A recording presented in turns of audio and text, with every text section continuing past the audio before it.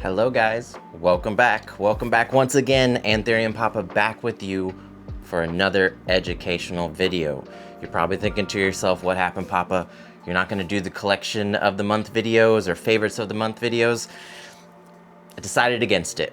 I was looking at how often I was gonna have to do it, and I said, you know what? Let's just do a collection video in the future. So that is future plans for that video, so don't fret. I know I said one thing, we're doing another thing, but I just feel it's gonna work out better for the situation. Growing pains. But I trust I will be hitting you with a collection video. But first, we're gonna hit you with more good information. So what are we doing here? What is the issue today? What are we addressing? We are addressing root rot and the common causes and how to treat it. Because this is so prevalent. It happens more often than you'd think. This is a very common question. What is wrong with this baby? Well, most likely it's gonna be root rot caused by underwatering based on your care. So let's get into it. Let's break it down. I'll show you exactly how to do it, what you're gonna need, how to treat it, signs to look for it, all the good stuff. So hang in there with me. You can see we're already gloved up and good to go. So let's go ahead and go down to Talking Hands Papa. You ready? Let's do it. All right. Papa's Talking Hands are back with you. So I have an individual here. This individual did come to me with some root rot. Not a huge deal. She has already been treated, messed with, because I really don't have too many of mine that have root rot. I went through and checked, not too many, but I know this one for sure had it. It's still gonna show those signs, so you'll kind of know what to look for. So I'm gonna go ahead and get her out of here so you know kind of what we're looking at. And see, she's kind of continued some of the root rot. Naturally, this is gonna happen. So I even kind of need to address it even more. So this is good. This is good. So this is what root rot looks like. So you're gonna have some pieces that just wanna fall right off. You're gonna have some mushy parts, and that is okay. So what I like to do is lightly remove those mushy parts, and I'll set them aside. So I'm doing this over soil right now. Not the best thing. So as I'm pulling off these little pieces, I'll just throw them into this separate little cup. I'm just being real light, just getting any of the ones that are kind of soft. Just kind of picking them away. Now we are left with what's not rotting anymore. So this individual most likely was kept in too dense of a soil based on what kind of baby it is. So it's kind of like a crystallinum type. This one happens to be a black widow Michelle self. So some early indications that told me that, okay, well, we probably have some root rot going on. I see some yellowing on the lower leaf, which is okay. That could be underwatering with no root rot quite yet. We see it continue on the upper leaf, and then the very top leaf, we actually see that continuing. So that's like the chlorosis, very patchy yellowing. That's gonna be indications of early root rot setting in, or the baby just not quite liking the root structure or the soil structure that you set her up in.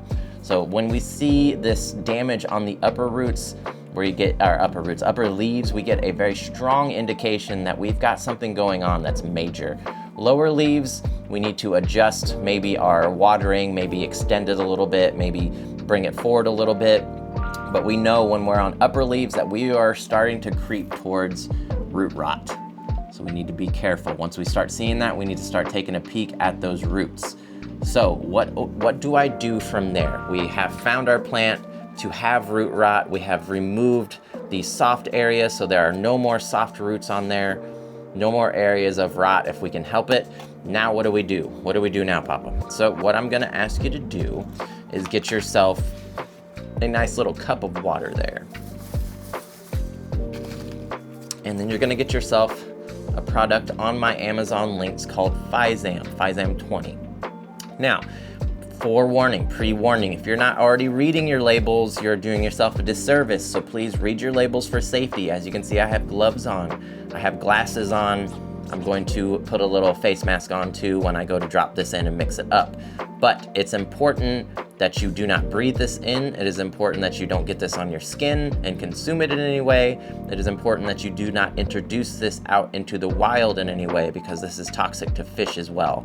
So you want to make sure that when you're watering through, you're only watering through a small amount if you're treating a plant, or if you're soaking a plant, you're only doing a couple drops, and then you are disposing of it properly. So cool, Physam 20, this is what I suggest for my root rot, for my fungal situations. So what I do for this guy is, like I said, it is literally only 2 drops. This is very strong stuff, so I'll even just kind of use the cap too, and just 1, 2, literally, that's it. That was even a little over. But literally, I do not mess with this stuff very long. I let it drop right in. I set it aside into a nice, cool, dry area. Give myself a little mix up. Bada bing, bada boom. Now I'm going to take my baby and give her a little spa day for the Anthurium baby. So I'm gonna let her soak in that for about 5 to 10 minutes. This is gonna ensure any rot, any kind of bacteria, any kind of fungi that's not beneficial is being eaten away and stopped in its tracks. So we're gonna let her sit, and we're gonna move on to the next part. So little Black Widow Michelle has had her spa day. She's loving life. We've got the cucumbers on her eyes. She's jamming. She's got good tunes going on. We're good. So let's pull her out. She's good to go.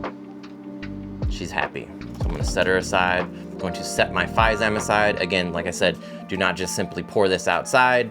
Make sure you properly dispose of this down your normal drain, because we do not want this going out into the wild. We do not want this poured down into like a storm drain or anything like that. Like I said, properly dispose of this. Do not just simply pour it outside. So, soil structure. I'm going to change up her soil structure because, as I said, root rot many times is caused by soil structure. Underwatering is the beginning of it, so you can actually get dry rot, or what is like a normal wet over damp rot. So it can kind of go 2 ways based on that soil structure. So kind of take a peek at her. If it's looking like a very much wet rot, you can tell the difference. Wet rot is very mushy. Dry rot is very like almost this is like tubes, little noodle tubes that are very dry. That's going to be your indication that I'm not watering enough.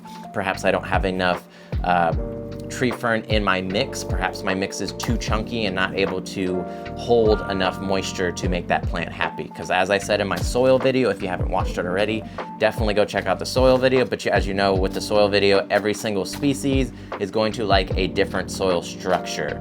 So as I said, with this crystal type, with this Black Widow Michelle, crystallinum, red crystal type, they're gonna want a bit of a chunkier soil in my experience. So what I did is I made up a mostly size 3 perlite and a orchiata bark classic size, or no, sorry, super size. And I have added just a little bit, like literally 1% tree fern, little to none, just enough to retain just the slightest amount of moisture. So you can see in there, you almost can't see the tree fern in there, but it's in there, trust. So what I'm gonna do is go ahead and pop some into my pot here, get it about to where the roots are gonna sit. You've seen my repot video. If you haven't, like I said, check it out. Common tools that I'm using, things like that, making sure there's no air pockets. All right, so we're gonna, again, she's been soaking in there. All those rotted areas are gone. We've got nothing but white, healthy roots now. You can leave these little spindly guys. That is totally okay. Let's rock. Let's drop her back in the pot. So as we said, when we are rooting up babies, we want to make sure that we're taking advantage of these. Come on, focus. We want to make sure that we're taking advantage of these, there we go, these upper roots here. See that other little upper root node? There's another one up there, another one up there. So we want to make sure that we're getting the soil well above that. But we don't want to cover up the top growth point. You'll get the groove of it as you get it. So I'm going to go ahead and trickle this in, do a little dance, trickle it in, do a little dance. Make a little glove. Getting down tonight. Here we go. Focus, Brian, focus. Okay. So we've got all of our big chunky particles all sorted out. Now with some species, you might have to go this chunky.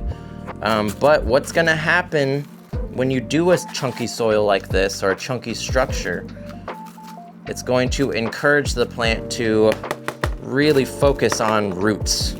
Especially since it's lost a lot of its root structure, it's gonna really focus on roots very hard. So I've got it down in there. You can see the crown. There are no roots exposed, but the crown is still popping out. When I say crown, it's just the very top of that growth point there. It's still sticking out. It's gonna leave room for that leaf to come out. We see no holes in there, no gaps. That's what we're looking for. So I think she's gonna be okay, y'all.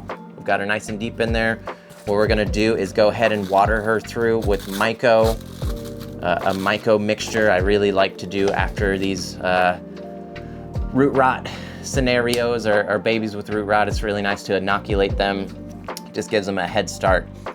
Like I said in my last video, I started using a new myco and I've been thoroughly surprised with it. It is Great White Myco. Go ahead and go check it out in my links. It is awesome. I was using another brand and this Great White quickly beat it out. So definitely get on there, give it a try. It's a local American-made product. I really like it. It has all kinds of extra goodies in it compared to my last product I was using. So there you go, guys. We treated it, we soaked it, we identified upper leaf damage. Oh man, we've got something going on. We see damage on the lower leaves as well, but upper leaf damage, we know that something is really going on. So it's super important that we address it as soon as we see it. We exposed the roots. We saw that the roots were mushy. We went ahead and removed roots. We went ahead and soaked her in a 2-drop Physan 20 mixture. You saw it was a very small cup I was soaking it in. You can adjust the cup. The roots typically don't need a lot of liquid to be able to treat like that, or they don't need like a lot of space to be able to fit in a cup like that. Treated, pull it out, get into a nice chunky mix, get it watered with a myco mixture, a rooting hormone as well. Really helps as well if you have that on hand. Not absolutely crucial, but will help. And then finally, into a high humidity environment. This is going to encourage root growth even more, along with the chunky soil structure as well, is going to really encourage that root growth. Because as I said, things like pond, where it is like a pure rock structure, really encourage root growth. So that is why I have really done a lot of research on different soils, because it'll come into play. When you lose a lot of roots and you need to develop roots, well, you aim towards a soil that will develop roots. If you're looking to now develop foliage, well, you shoot towards a soil structure that is more towards foliage, i.e. my tree fern soil mixture. So again, if you haven't watched that video, definitely go and check it out. But I'm going to water her off camera, make sure she's all situated. We'll go back up to talking face Brian. Thank you, guys. So there you go, guys. There it is. We addressed it. Root rot, the scary, big scary root rot. Now we know it's not that scary. If we address it early, if we pay attention to the language of our plants, we're paying attention to that upper root growth, it's screaming to us, hey, something's going on, you should check me, because it is okay to pull up those babies and check those roots from time to time. Our clear pots that I use really help that as well. You're gonna be able to see when a root that's cutting down all of a sudden stops growing and starts becoming black and brown and looks weird, and then we know, oh, early indication before possibly the even foliage shows what's going on. So that's another reason why I love my clear pots. If you are interested in getting some clear pots, feel free to jump on anthuriumpapa.com. Yes, I have my own website. I also sell merch such as this t-shirt, pots, stickers. I actually have some seedlings on there as well that you're welcome to pick up on. If you'd like to join me live, yeah, you can join me live on Palm Street, where I sell all the beautiful babies, most of which now I am proud to say I have made myself. I've gotten to the point where my collection has gotten big enough, I've become knowledgeable enough, passionate enough now that I am creating thought out, thoughtful babies that I want to share with the community. So please join me on Palm Street. I am there every Thursday, every Sunday. Go ahead and jump on there, subscribe to my lives, and come join the vibe. The whole live is nothing but information, nothing but wiggling, nothing but vibing, nothing but dancing. and every once in a while we sell a plant here and there. The focus isn't really selling plants, it's more making some room for me, honestly. But it's really spreading the good word of Anthurium. Barry Schwartz, he really encouraged me to spread that love, spread that knowledge, and if you don't know, definitely check out Jungleberry on Instagram. Great man, great legend, created many beautiful anthuriums that we know and love. Blue Velvet, Ace of Perp, among others. Jungle, Monstera, Jungleberry, Mint Monstera, just the list goes on. He's a legend. So thank you again. Thank you, Barry, for continuing to encourage me and continuing to just be a big influence in my Anthurium journey. So guys, thank you for joining me for another Anthurium Papa video. I thoroughly appreciate y'all being here. So please, if you guys didn't see, for anybody that's not, you know, future videos, future several months from now, I apologize, but I am running a giveaway right now for my very first Carla Blackier seed release. Very first time I've produced Carla. I'm so proud of it, so proud of it. I want to share with the community. So get in on that giveaway on my Instagram. If the video is old, you've already missed it, I'm sorry. But if you're just catching it, it is live. So jump on there, Anthurium Papa on Instagram, Anthurium Papa everywhere. Okay, I'm done. No more plugging, no more plugging. We saved a baby today. If you need help saving your baby, reach out on Instagram, I got you. I love you guys so much. Most importantly, keep growing forward, guys. So important. Thank you so much. We'll see you on the next one.